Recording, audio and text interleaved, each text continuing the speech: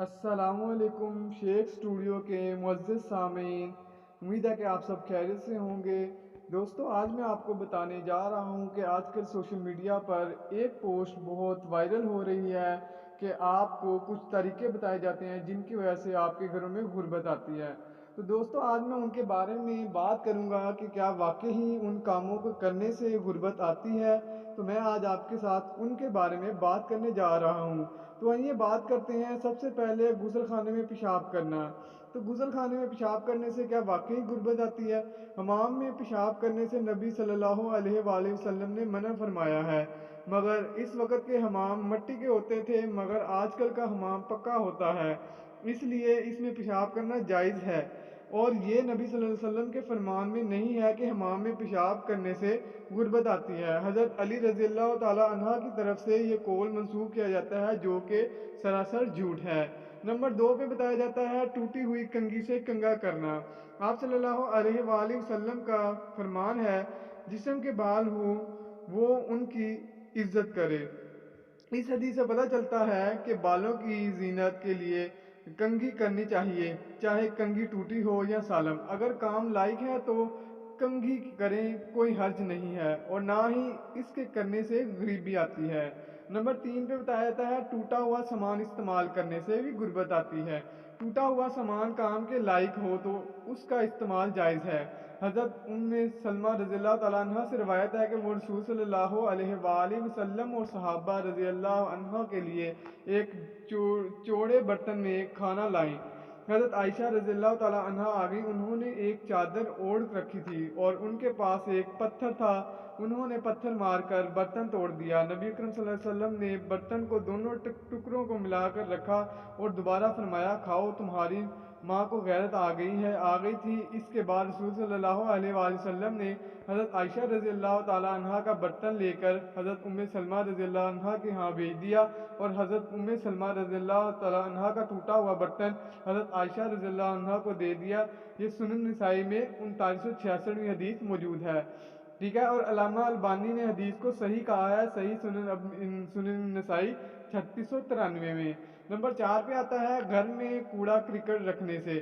گھر کا کوڑا کرکٹ گھر کے کسی کونے میں جمع کرنے میں کوئی حرج نہیں ہے، جب زیادہ ہو جائے تو پھینک دے۔ اس میں ایک احتیاط یہ ہونا چاہیے کہ کھانے پینے کی بچی ہوئی زائد چیزیں ضائع نہ کریں بلکہ کسی کو دے دیں۔ گھر میں کوڑا رکھنے سے غریبی آتی ہے، یہ بھی حضرت علی سے جھوٹ منسوب کیا جاتا ہے۔ نمبر 5 رشتہ داروں سے بدسلوکی کرنا۔ ایسا کوئی خاص فرمان نبی صلی اللہ علیہ وآلہ وسلم نے نہیں دیا کہ رشتہ داروں سے بدسلوکی غربت کا سبب بنتے ہیں، لیکن بہت سارے ایسے نصوص ہیں جن سے پتہ چلتا ہے کہ معصیت اور گناہ کے کام سے رزق میں تنگی ضرور آتی ہے، ٹھیک ہے۔ نمبر 6 پہ آتا ہے بائیں پیر سے پجامہ پہننا۔ ممکن اس سے مراد ہو پجامہ پہننے میں بائیں جانب سے شروع کرنا۔ نبی اکرم صلی اللہ علیہ وسلم شرف والا کام دائیں سے پسند فرماتے تھے، اس بنا پر دائیں جانب سے پجامہ پہننا بہتر ہے، مگر کسی نے بائیں سے پہن لیا تو کوئی معصیت نہیں ہے اور نہ ہی کوئی فکر و فاقہ کا سبب بنے گا۔ نمبر 7 مغرب عشاء کے درمیان سونا۔ مغرب عشاء کے درمیان سونا مکروہ ہے، اس کا سبب عشاء کی نماز فوت ہو جانا ہے، اس لیے نبی صلی اللہ علیہ وآلہ وسلم عشاء سے پہلے سونا اور عشاء کے بعد بات کرنا ناپسند فرماتے تھے۔ اگر کوئی عادتاً نہیں ضرورتاً کبھی سو جائے تو وہ عشاء کی نماز آدھی رات سے پہلے کبھی بھی پڑھ لے۔ تو مگر اس میں یہ کہنا کہ مغرب عشاء کے درمیان سونے سے غربت آتی ہے، یہ بہت سراسر جھوٹ ہے۔ نمبر 8 پہ آتا ہے مہمان آنے پر ناراض ہونا۔ اسلام نے مہمان کی خاطرداری پر ابھارا ہے، لہذا کسی مہمان کی آمد پر ناراضگی کا اظہار نہ کرے۔ مہمان نوازی باہر سے آنے والے مسافر کے واسطے واجب ہے، اور جو مقیم ہو اس کی ضیافت احسان و سلوک کے درجے میں ہے۔ جس نے ضیافت میں احسان کو چھوڑا اس پہ گناہ نہیں، مگر واجبی ضیافت کے ترک پہ معصیت آئے گی۔ تو نمبر 9 آمدنی سے زیادہ خرچ کرنا۔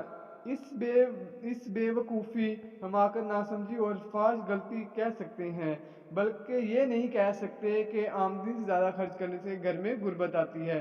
نمبر 10 دانت سے روٹی کاٹ کر کھانا۔ دانت سے روٹی کاٹ کر کھانے سے غریبی نہیں آتی، اگر ایسا ہوتا تو دنیا میں کوئی مالدار ہی نہیں ہوتا، کیونکہ دانتوں سے کاٹ کر ہی لوگ بڑے ہوتے ہیں۔